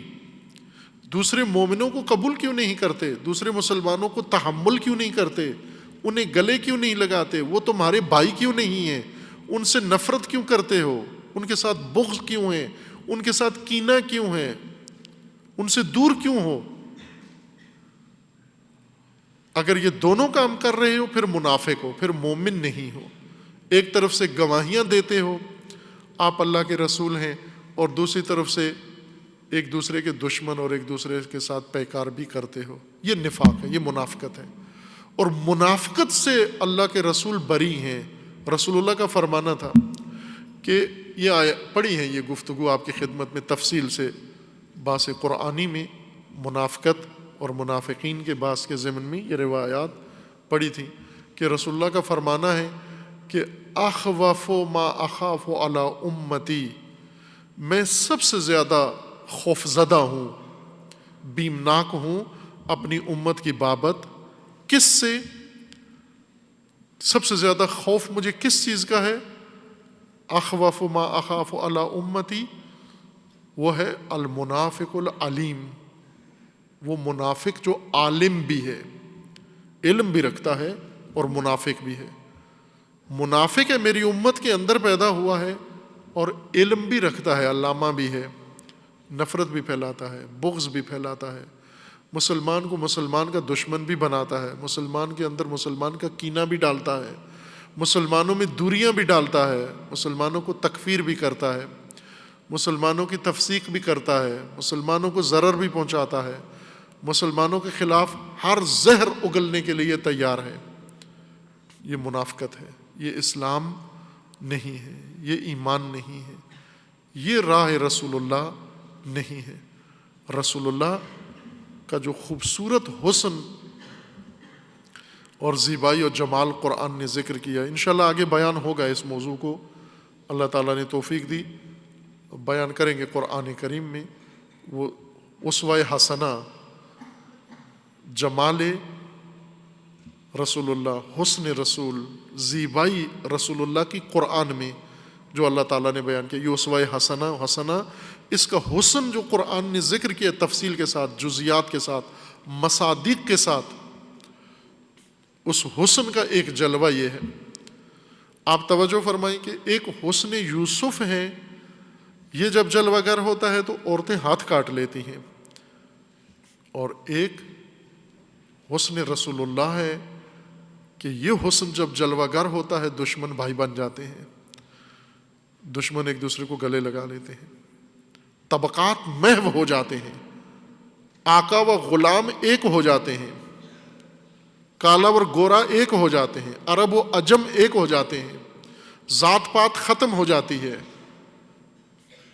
افتخارات جاہلیت نسب عصب ختم ہو جاتا ہے۔ یہ حسن جب جلوہ گر ہوتا ہے، یہ حسین جب محفل میں آتا ہے، یہ جب انجمن میں آتا ہے، یہ جب انجمن یثرب میں داخل ہوتا ہے، کیا معرکہ برپا ہوتا ہے وہاں پر، اعداء اخوان بن جاتے ہیں۔ یہ غیر معمولی حسن ہے، یہ غیر معمولی جلوہ ہے۔ یہی شاعر جو تخیلات سے نہیں نکلتے، اگر قرآن میں آ کر اور قرآنی مضامین کو ادبی پیرائی میں ڈالیں تو یہ حسن رسول بیان کریں، یہ جلوہ رسول بیان کریں کہ یہ ایک انجمن تھی جس میں جاہلیت تھی، جس میں عداوت تھی، جس میں سب کے سب غافل تھے، جس میں دشمن تھے، جس میں قباحتیں تھیں، جس میں پلیدیاں تھیں، لیکن یہ حسین، یہ جلوہ گر جب ہوا، اس کے جلوے سے ایسے بی خود ہوئے کہ دشمنیاں بھول گئے، نہ رسول اللہ سے اویزاں ہو گئے۔ توجہ کریں، ہم سب کے سب ایک دوسرے کو لتاڑ کے، ایک دوسرے کو پائمال کر کے، ایک دوسرے کی حتاکی کر کے، ایک دوسرے کی گستاخی کر کے، ایک دوسرے کو بے آبرو کر کے، ایک دوسرے کو رسوا و ذلیل کر کے کوشش کرتے ہیں جائیں رسول اللہ تک پہنچنے کی کوشش کریں۔ جس طرح ایام حج میں جاتے ہیں، روضہ رسول تک پہنچنے کے لیے کسی مسلمان کو دھکا دینے سے دریغ نہیں کرتے، حجر اسود تک پہنچنے کے لیے، کعبۃ اللہ تک پہنچنے کے لیے عورتیں حج پر آئی ہوتی ہیں، ان نامحرم پہ رحم نہیں کھاتے، ہزار حاجیوں کو لتاڑ کے حجر اسود تک بوسہ دیتے ہیں جا کر۔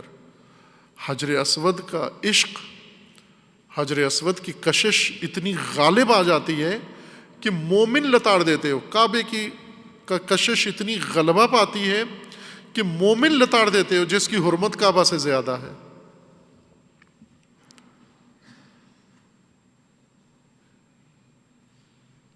المؤمن اعظم حرمتا من الکعبہ، یہ رسول اللہ کا فرمان ہے، یہ رسول اسلام کا فرمان ہے، یہ رسول اللہ کی سیرت و رویہ ہے کہ مومن کی حرمت و احترام کعبہ سے زیادہ ہے۔ تو کعبہ کے پتھروں کے عشق میں محو ہو کر تو مومن کو پائمال کر جاتا ہے، ذریعہ روضہ رسول کو دیکھ کر تو اتنا محو ہو جاتا ہے کہ تو امت رسول، پیرو رسول کو پائمال کر جاتا ہے۔ ہم وہ لوگ ہیں کہ جب جلوہ حسن رسول اللہ اس پاکستان کے اندر، آپ دیکھیں کتنے عقیدت مند ہیں عشق رسول میں، اگر قرآن ان کی اس عشق کو قبول کر لے، اگر منافقت کے زمرے میں نہ آتے ہوں، چونکہ اگر تضاد ہو گیا رویوں میں اور اس حالت میں تضاد نظر آیا تو قرآن جھجکتا نہیں ہے۔ اللہ تعالیٰ کا فرمان ہے کہ ان اللہ لا یستحیی، اللہ شرم نہیں کرتا، اللہ کی ذات کو شرم نہیں آتی تمہارا بانڈا پھوڑنے میں، تمہاری نقاب اتارنے میں اللہ کو کوئی حیا نہیں ہے، معنی نہیں ہے۔ اگر تضاد نظر آیا، ایک طرف سے کہتے ہو کہ نشہد انک لرسول اللہ، ہم گواہی دیتے ہیں آپ اللہ کے رسول ہیں، تو قرآن فوراً اللہ کہہ دیتا ہے کہ اللہ کو علم ہے آپ اللہ کے رسول ہیں، لیکن یہ جھوٹ بول رہے ہیں، یہ نہیں ہے، ان پر بھروسہ نہیں کرنا، ان کی گواہی پہ نہ جانا، یہ جھوٹے ہیں، یہ منافق ہیں۔ اگر تضاد نظر آیا، اب اگر چاہتے ہیں کہ حقیقتاً رسول اللہ کا حسن و جمال ہمارے دلوں میں نور جلوگر ہو، اس کا اثر ظاہر ہو، اور اس کا اثر ہے الفت و محبت مسلم کے ساتھ، مسلمان کے ساتھ، مومن کے ساتھ۔ عدو ہو تو محب بن جاؤ، عدو ہو تو اخوان بن جاؤ، بھائی بن جاؤ۔ ایک ایسی محبت ہے،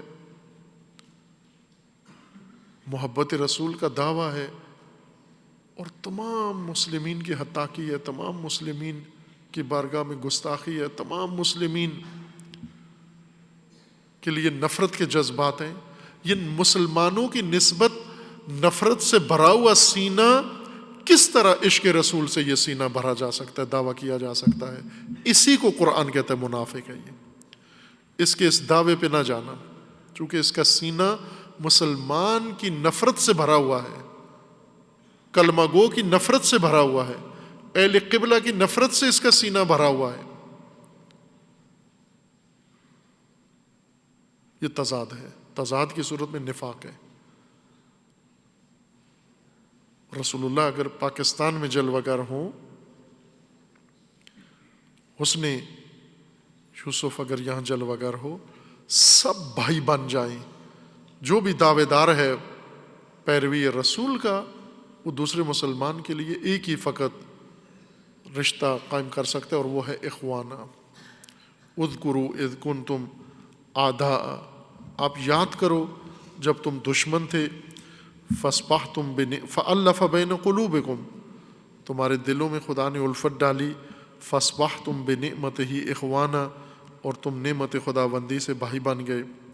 اور جب تم جہنم و تباہی کے کنارے تھے تو خدا نے تمہیں وہاں سے نجات دی، فانقذکم منہا۔ عزیزان، آج ہمیں وہ کنارہ نظر آنا چاہیے، وہ حفرہ نار، کنتم علی شفا حفرۃ من النار، کنارہ، شفا، حفرہ، گڑھا، کھائی، اور شفا اس کا کنارہ ہے، اور وہ گرنے والا کنارہ ہے، فوراً گرنے والا ہے، اس کنارے پہ ہم کھڑے ہوئے ہیں، وہاں سے نجات چاہیے ہمیں۔ فَأَنْقَذَكُم مِّنْهَا، رسول اللہ نے پہلے اسی جیسے ماحول کو نجات دی ہے جو ماحول ہمارا ہے آج۔ مسلمان کے ہاتھوں ڈرتا ہے، اپنے محلے میں احساس امن نہیں کرتا، چونکہ دوسرا فرقہ ادھر رہتا ہے، دوسرا مسلمان ادھر رہتا ہے۔ مسلمان کے ہاتھوں اتنا سہما ہوا ہو، مسلمان کے ہاتھوں اتنا۔ آج آپ افسوسناک منظر جا کر دیکھیں کہ مساجد میں پہرے لگے ہوئے، پہروں کے اندر نمازیں ہو رہی ہیں کہ نمازیوں کو کوئی قتل نہ کر دے، شہید نہ کر دے آ کر۔ کون کرے گا شہید؟ دوسرا نمازی، دوسرا مسلمان، نہ کہ کافر، نہ کوئی ہندو، نہ کوئی یہودی، بلکہ دوسرا کلمہ گو آ کر اس کلمہ گو کو قتل نہ کر دے، اس لیے سہما ہوا ہے۔ مساجد کے پہرے، مدارس کے گرد پہرے، ہر چیز۔ پاکستان کی کون سی چیز محفوظ ہے؟ دہشت گردی جس کا نام رکھا ہوا ہے، وہ دہشت گرد کون ہیں؟ وہ کفار ہیں، وہ دوسرے ممالک سے آئے ہوئے ہیں، وہ اسی ملک کے ہیں۔ یہی ہے جہنم کا کنارہ، یہی ہے شفا حفرۃ من النار۔ اس کنارے سے نجات پانی ہے، اس آگ کے کنارے پہ جہاں ہمیں پہنچا دیا گیا ہے، اس سے ہمیں نجات ملنا چاہیے۔ نجات کا ذریعہ فقط رسول اللہ صلی اللہ علیہ وآلہ وسلم کی ذات ہے جو حبل اللہ ہے۔ اس حبل اللہ سے جمیعاً تمسک کریں، یہ حبل ہمیں نجات دے سکتی ہے، یہ رسی اللہ کی ہمیں ہر عذاب سے، دنیاوی سے بھی اور اخروی عذاب سے بھی ہمیں نجات دے سکتی ہے۔ اور سچائی کے ساتھ دلوں کو کھولیں۔ رسول اللہ کے اس حسن کا ایک راز قرآن کریم نے شرح صدر بیان کیا۔ یہ کیوں رسول اللہ اتنی ناگواریاں تحمل کرتے ہیں؟ یعنی تلخیوں کے جواب میں حسین رویہ، سیئہ کا جواب حسنہ سے دیتے ہیں رسول اللہ. یہ کیوں اس طرح سے ہیں؟ قرآن کا فرمان ہے کہ وہ حسن ہم نے تمہارے اندر رکھا ہے، اور وہ کیا ہے؟ شرح الصدر، وسعت قلب، وسعت نظر، وسعت ذہن، وسعت شخصیت، سوچ کی وسعت. کہ رسول اللہ کے پاس جن سے انتقام بنتا تھا اس قبائلی ماحول میں، رسول اللہ ان کو بھی معاف کر دیتے ہیں.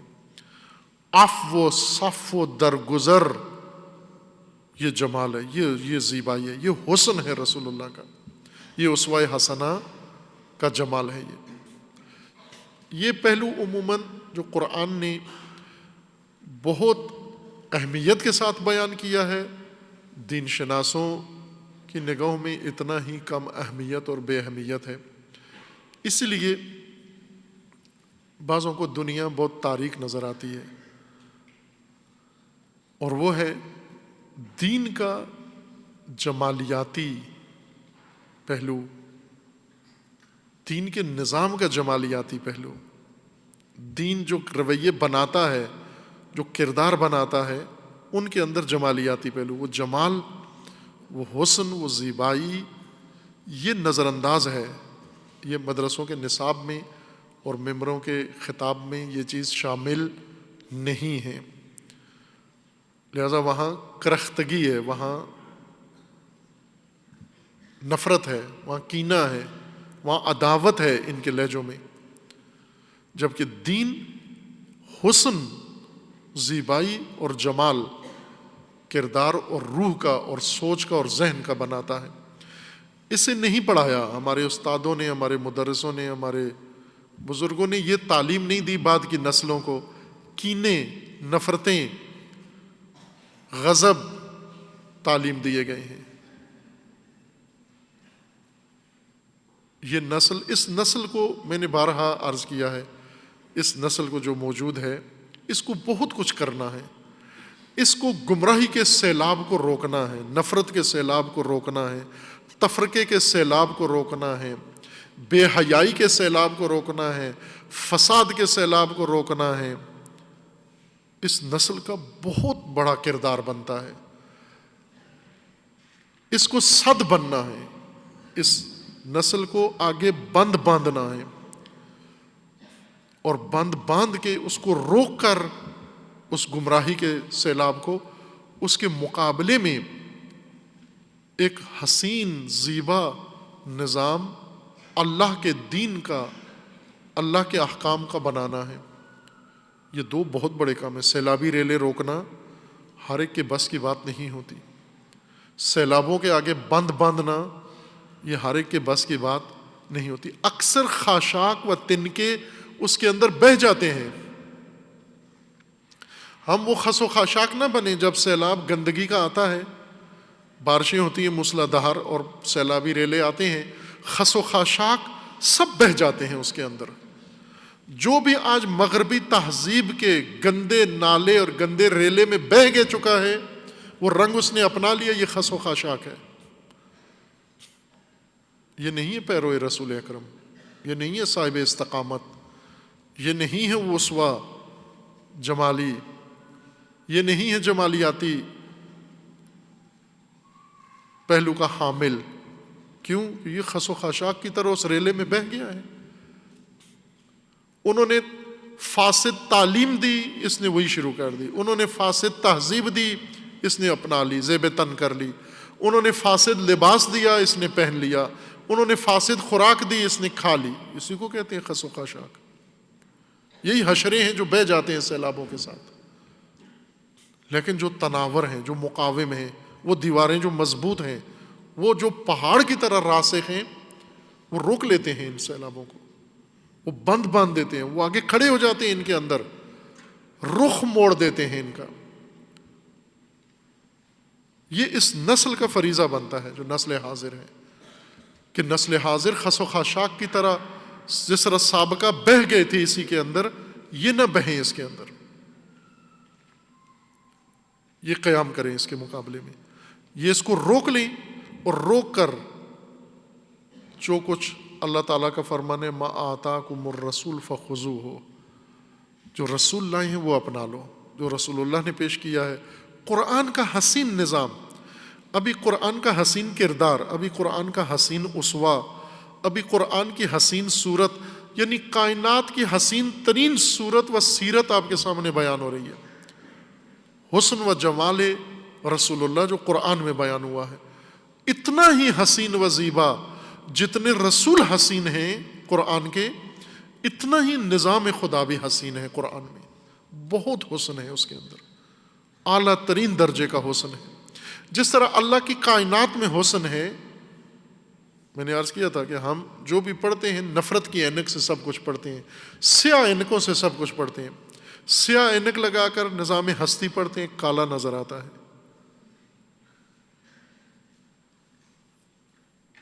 سیاہ اینک لگا کر جس چیز کو دیکھو سیاہ تاریکی نظر آتی ہے۔ اللہ تعالیٰ نے کائنات کو حسین پیدا کیا ہے، زیبا پیدا کیا ہے، جمال بھر دیا، کوٹ کوٹ کے بھر دیا نظام ہستی کے اندر حسن و جمال۔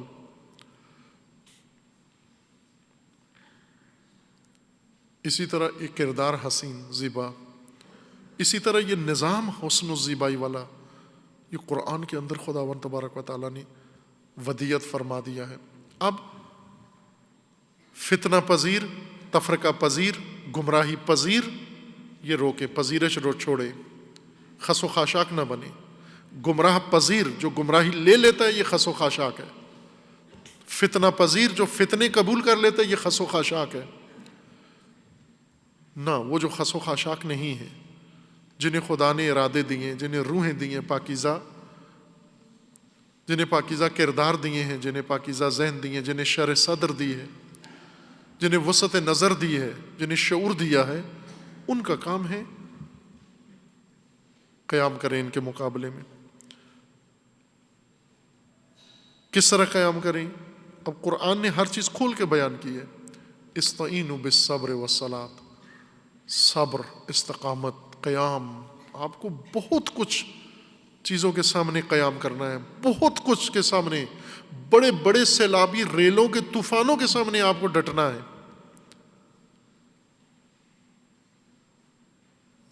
بہہ نہ جائیں اس کے اندر۔ سب سے افسوسناک صورت یہ ہے کہ یہ امت رسول کے جوان یہ بہہ جائیں اس ریلے کے اندر، جیسے ہم دیکھ رہے ہیں گاؤں میں، شہروں میں، دیہاتوں میں، گرانوں میں، مسلمان گھروں کے اندر یہ جس میں بہہ رہے ہو، ڈوبے ہوئے ہو، دیکھو جو یہ کہاں سے آئی؟ یہ رسول اللہ سے آیا ہمارے پاس۔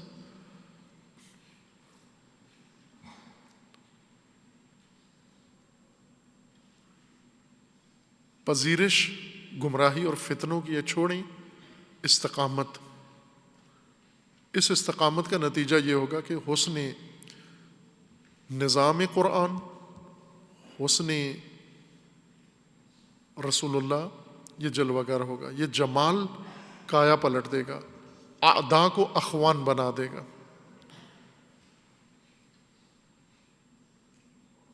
یہ تاثیر ہے جو قرآن کا وعدہ ہے۔ انشاءاللہ خداوند تبارک و تعالی تمام دنیا میں، تمام زمین کے اوپر، اور بالخصوص دنیا اسلام میں، اسلامی ممالک میں، خداوند تعالی رسول اللہ کے وجود مبارک کے طفیل، رسول اللہ کے نورانی کردار کے طفیل، اسوہ حسنہ کے طفیل پروردگار امت اسلامیہ کے اندر الفت و محبت پیدا کرے انشاءاللہ، اور یہ عداوتیں، نفرتیں، دوریاں، کینے، یہ شفا حفرۃ من النار، یہ آگ کا الو جس کے کنارے جا رہے ہیں اور دشمن دھکیل کے ان کو لے جا رہا ہے، وہاں سے رک جائیں اور الفت قلوب کے ذریعے اخوان بن کر اس سے نجات پیدا کریں۔ فَأَنْقَذَكُمْ، ایک ہی نجات کا ذریعہ قرآن بتاتا ہے کہ عداوتیں ختم کر کے، الفتیں پیدا کر کے بھائی بن جاؤ، اخوتیں پیدا کرو، پھر اس شفا حفرت من النار سے تمہیں نجات مل سکتی ہے۔